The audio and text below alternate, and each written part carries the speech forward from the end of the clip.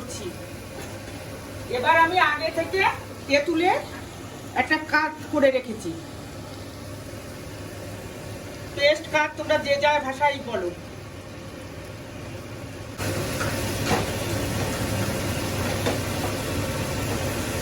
দেখেছো, এই পিঠটা হবে ঝাল, কারণ এই পিঠে টকটা লাগেনি, বুঝলে, ওপরের পিঠটা। আর নিচে যে পিঠটা রয়েছে ওইটার মধ্যে পেস্টটা দিয়েছি তেঁতুলের, ওইটা হবে টক। এই হলো হরগোবি, এক পিঠে টক এক পিঠে ঝাল। তাহলে এবার আমি নামিয়ে নিই, একটু গা বেশ মাখা মাখা মতন হবে, ভাতটা বেশ কুচে কুচে ঝরঝরা ভাত করেছি, দারুণ লাগবে খেতে। নামিয়ে নিই। হ্যাঁ, এই দেখো, এই যে তলের পিঠটা কিন্তু ইয়ে করা আছে টকের।